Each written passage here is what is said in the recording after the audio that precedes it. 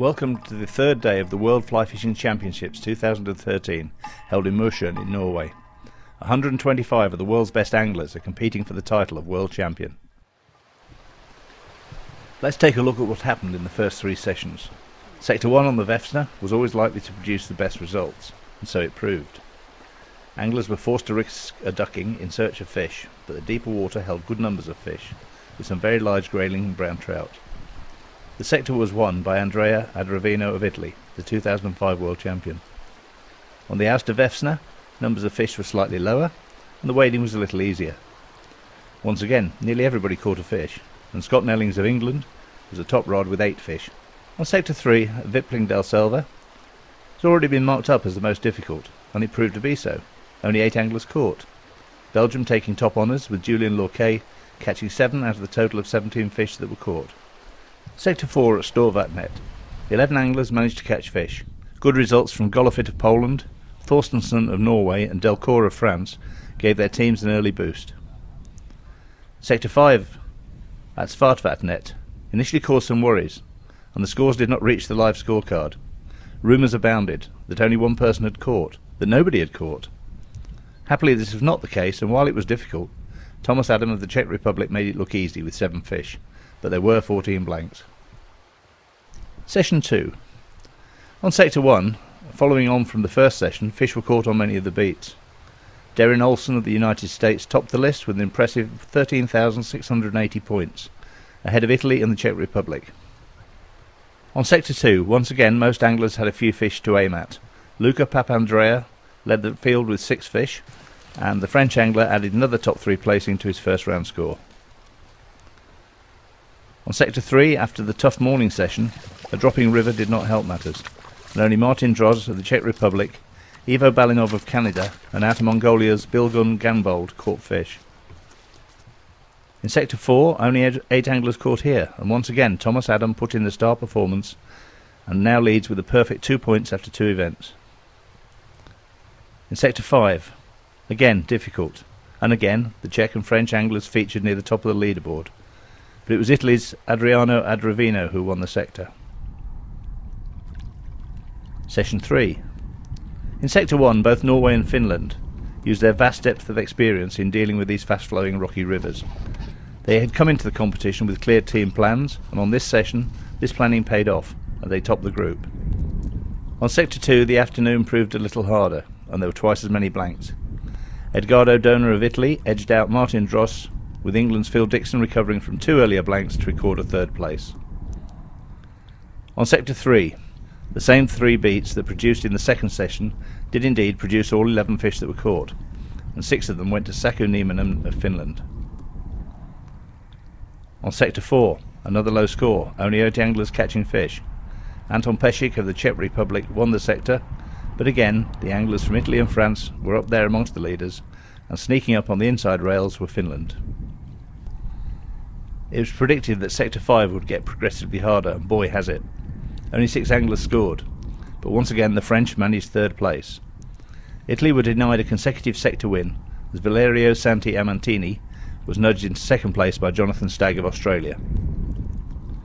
With 3 sessions gone, just 3 teams look to be likely champions. The consistency of the Czech Republic, France and Italy has kept them firmly at the top of the leaderboard. But as one contestant said yesterday, anything can happen in the last 2 sessions. I'm here on the banks of the Auster Vefsna, which is the upstream tributary of the Vefsna River. This area is Sector 2 in the competition. A number of the competitors have said during the course of this few days that these rivers appear to be barren and sterile. Nothing could be further from the truth. They may be used to lowland rivers which have a lot of weed and a lot of greenery is visible.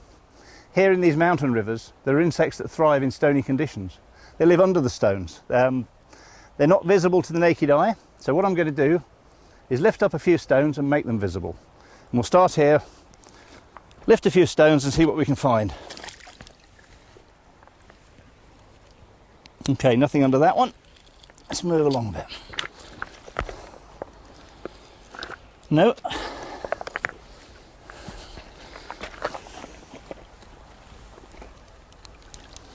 Okay, here's a likely stone. We found a very large caseless caddis. These flies will turn into what they call sedges, which are the large fluttery insects you see late in the evening. And as you can see, the underside of this one is bright green, but the back is a dull olive colour. Ordinarily these would stay on the underside of stones and fish wouldn't feed on them. However, when stones get dislodged, either by the current or by the action of a fish pushing around with its nose, these insects get dislodged and they float down the current. And this is when the trout can find them. And it's important when you're making a fly to represent these insects that you copy these colours. Dark olive on the top, bright green on the bottom, a few fibres of feather to represent the legs, and you've got a very good impression of a fly. What I'm going to do is point out a few of the insects with this stick, and we can see the way they move in the bowl. I've got them in a plate with white background so we can see them clearly. The first one is the free-swimming caddis. These insects, a member of the sedge family, don't build houses like the other caddises do. They attach themselves to the stones using a little net of silk, and they live there under a stone, taking the debris that comes past them. And they'll eat just about anything. They're voracious feeders. When they're knocked off a stone, they wriggle frantically to try and get themselves back under a stone. They don't swim particularly well. So if they're dislodged by a moving stone or a trout pushing it with its nose, then they become easy food. Also in here, I've got free-swimming Batis nymphs. These insects are what they call stone clingers. They've got a flattened body, flattened legs, and they attach themselves to a stone to prevent the current washing them away. If they do get dislodged, they swim very quickly to the nearest stone and they cling to it. The case caddis are the third species, and you can see they're little houses made of stones. Different species use different materials. Here in this river they use the sand and they glue it together with silk to form a tubular house. They live inside this house, only the head and feet emerge until it's time to pupate, then they close the door, pupate and emerge to become the adult. The other type I've got in here, these tiny little insects, at first I thought they were a stonefly, because yesterday when I did a trial run of this to see if it was worth doing, I actually found a few stonefly nymphs. However, now I've had a good look at them, I think they're a smaller version of the free-swimming caddis, and it's either a different species or a different year class. Yesterday we found the stoneflies. They were the same size, about 3 millimeters long, not much more than that, and would be represented with a size 18 hook. Now we've finished talking about these insects, I'm going to release them back into the wild. They're unharmed, and hopefully they'll provide food for the trout, and anglers will be able to use representations of these insects to catch fish in the sessions to come. Session 4, Sector 1, Vefsna. All eyes were on Martin Droz of the Czech Republic. A good placing here would cement the Czech Republic's lead, and not only that, but he was another angler firmly in the hunt for a medal spot. Despite him getting a reasonable draw, the river failed to produce any good numbers of fish, and only 3 anglers managed more than 1 fish. Martin Droz did get that vital fish, and is in 8th spot overall.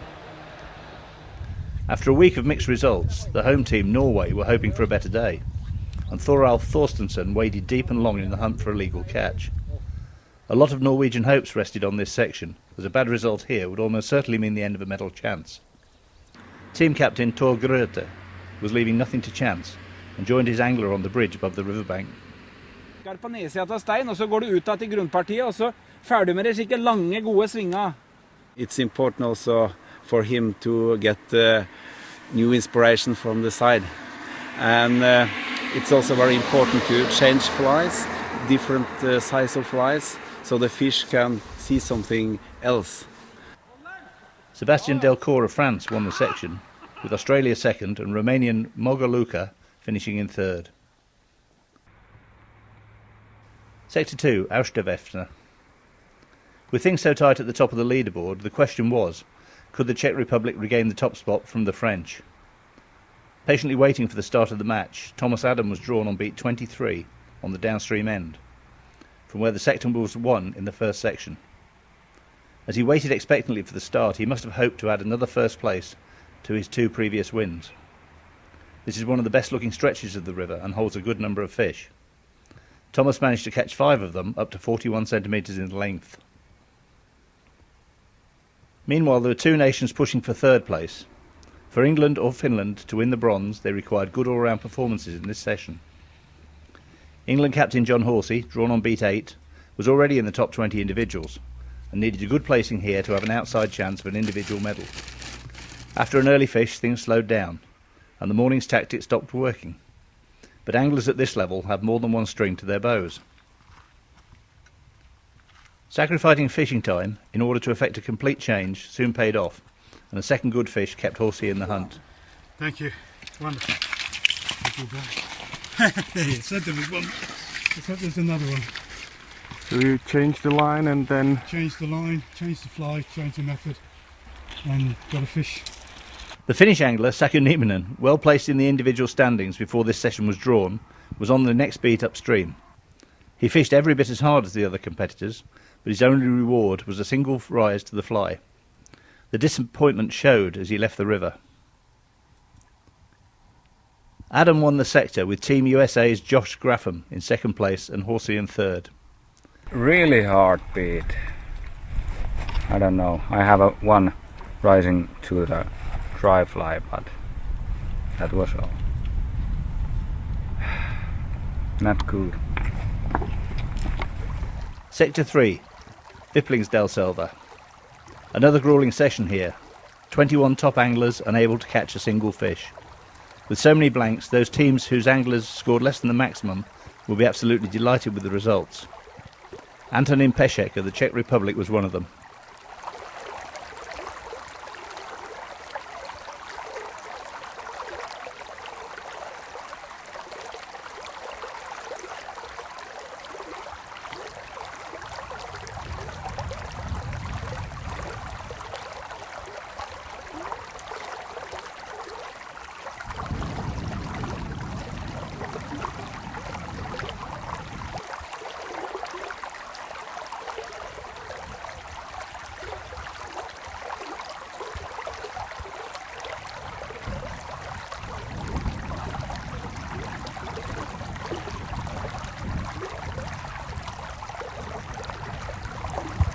Sector 4, Storvat Net.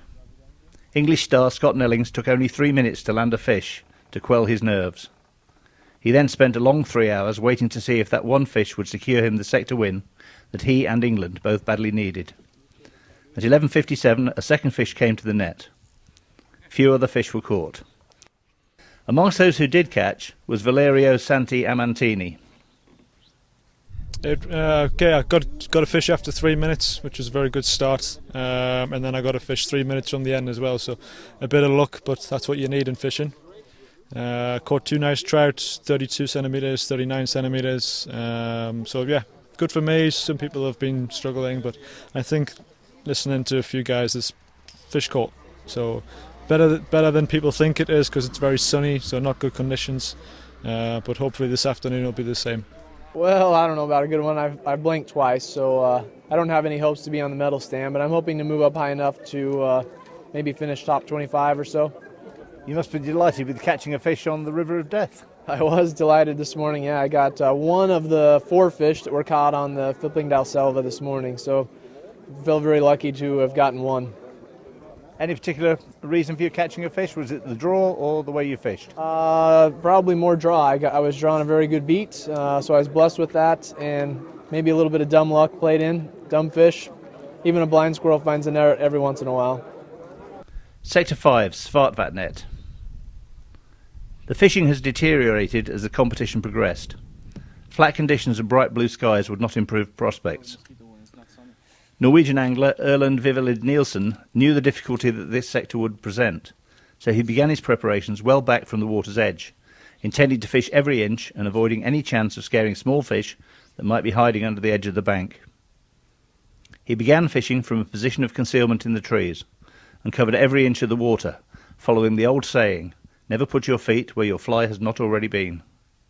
Despite all these precautions, he, like so many others, remained fishless. French angler Julien Daguilanis was another who suffered in the sunshine.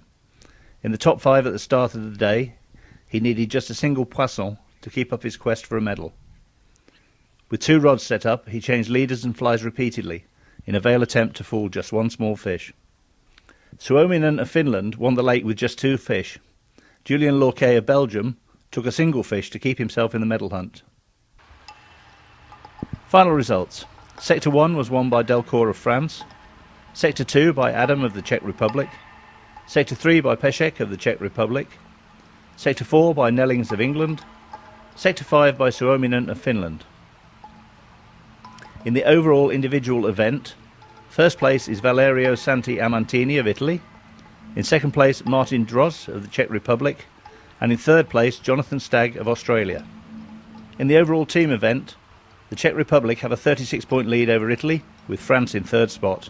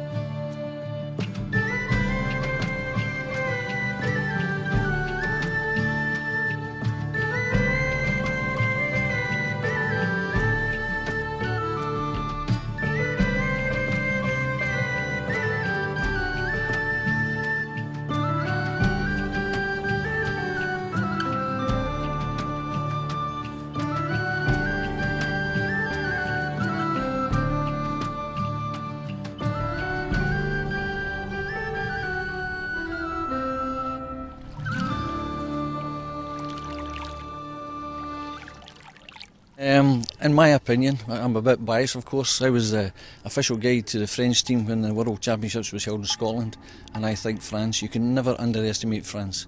And they're an absolute brilliant era under Jack Bucol, who in my opinion is the Alex Ferguson of the fly fishing world. They win 7 goals and they're always there or thereabouts.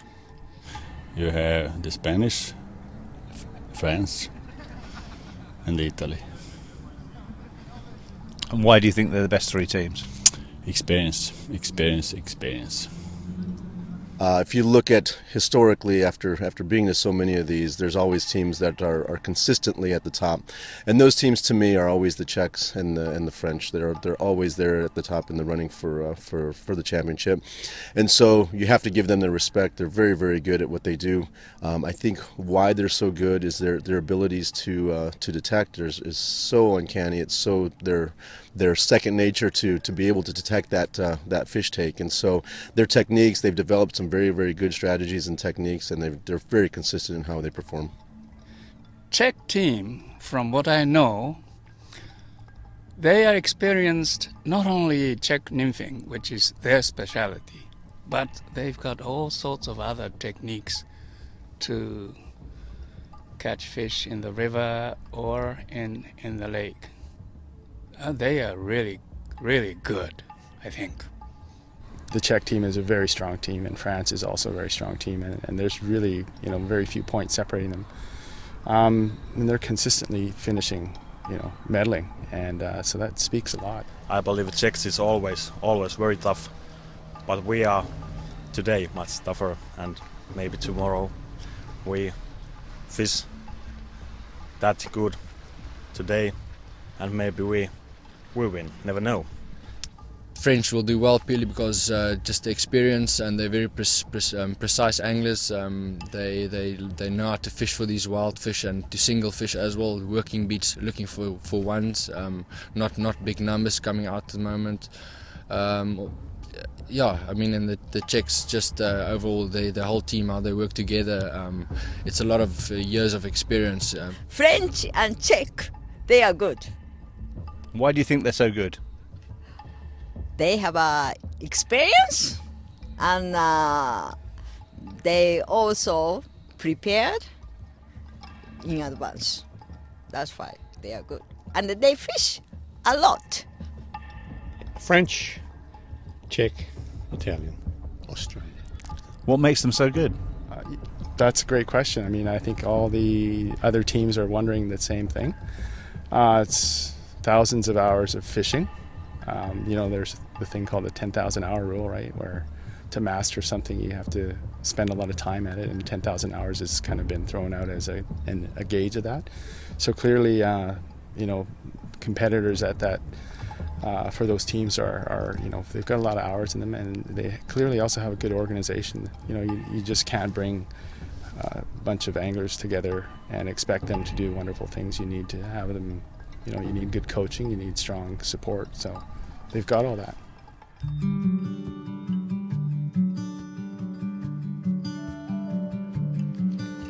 Thank you.